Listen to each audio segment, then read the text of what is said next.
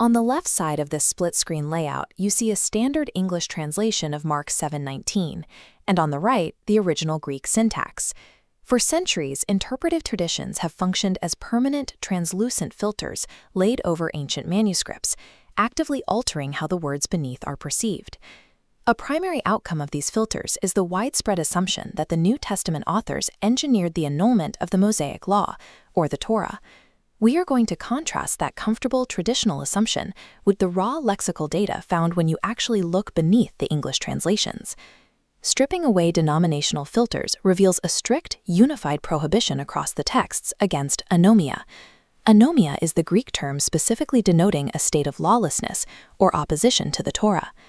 Trusting standard translations without independently verifying the underlying syntax actively compromises the forensic integrity of the entire text.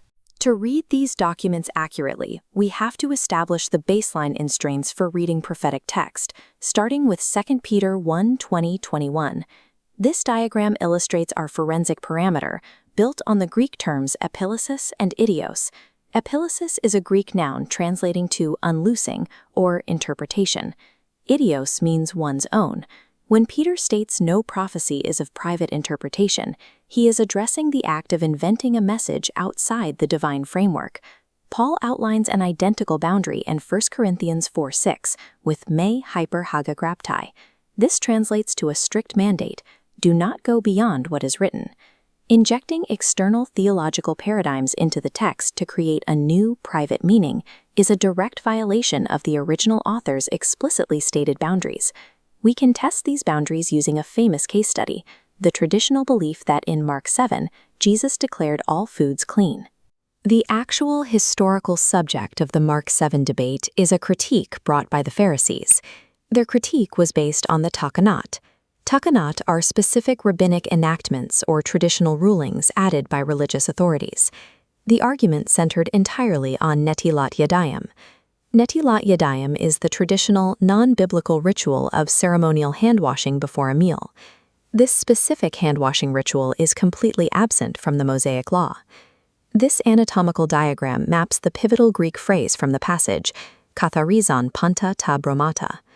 Katharizon refers strictly to the biological process of purging or cleansing.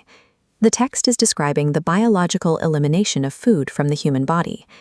Christ specifically references the latrine purging the food as it passes through the digestive tract.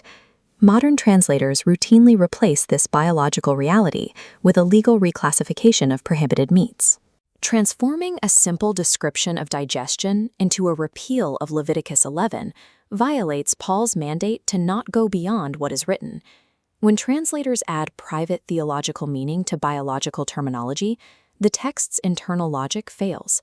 Severing the passage from the historical context of the takanot forces the text to answer a dietary question no one in the narrative actually asked. A biological observation about how the stomach handles unwashed hands is entirely different from a theological decree repealing biblical dietary laws. Translating Mark 7 as an annulment of dietary law constitutes unauthorized interpolation. This dynamic appears in Acts 10, where Peter experiences a heavy canvas sheet full of animals descending from the sky. Modern traditions widely assume this vision represents a permanent structural change in dietary law. Yet the Greek text contains zero evidence that Peter actually consumed any of the prohibited animals shown to him. The author leaves nothing to guesswork, providing an internal interpretive protocol in verse 28. Peter states his own explicit conclusion: God has shown me that I should not call any person common or unclean. The vision was a highly specific visual metaphor for the inclusion of a Gentile named Cornelius, and had nothing to do with human diet. Peter repeats this exact metaphorical explanation to the Jerusalem Council to justify his association with Gentiles. Applying a modern dietary interpretation to Acts 10 requires ignoring the author's explicit internal explanation, effectively overriding the text's own forensics. To read the Pauline epistles safely, we must apply the protocol outlined by Peter in his second letter, chapter 3, verses 15 through 17. Peter formally categorizes Paul's writings as dysnoita. Dysnoita translates directly to things that are hard to understand. He identifies the specific culprits who weaponize this complexity: the ignorant and the unstable. This diagram illustrates the specific mechanical action of their error, driven by the verb streblo. Streblo means to deliberately torture or twist something on a rack. The unanchored reader places Paul's complex syntax on a theological rack, stretching the text until it matches their preferred paradigm. The result of this twisting is falling into the error of the athesmon, or the lawless. This twisting mechanism explains the hypocritical judgment warned about in Matthew 7. The phrase, "judge not that you be not judged," is routinely weaponized to silence moral or legal accountability. The Greek word krino, in this specific application, refers strictly to a hypocritical or condemnatory judgment, not the suspension of all discernment. When you place verse 1 next to Christ's ultimate dismissal of his followers in Matthew 7:23, the irony becomes apparent. Christ explicitly rejects those who claim to know him by calling them ergozomenoi ten anomian. Ergozomenoi ten anomian translates precisely as the workers of lawlessness.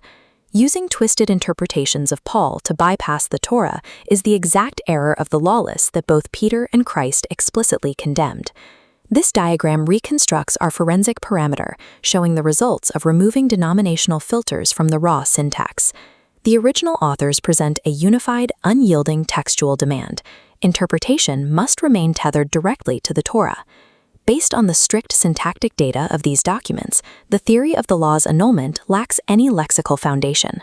The cumulative damage of injecting private interpretation compromises the structural integrity of the biblical narrative. Applying the destructive mechanical action of stribloo to complex theology systematically breaks the internal logic of the text. These subtle syntactic shifts completely reverse the original, highly specific authorial intent.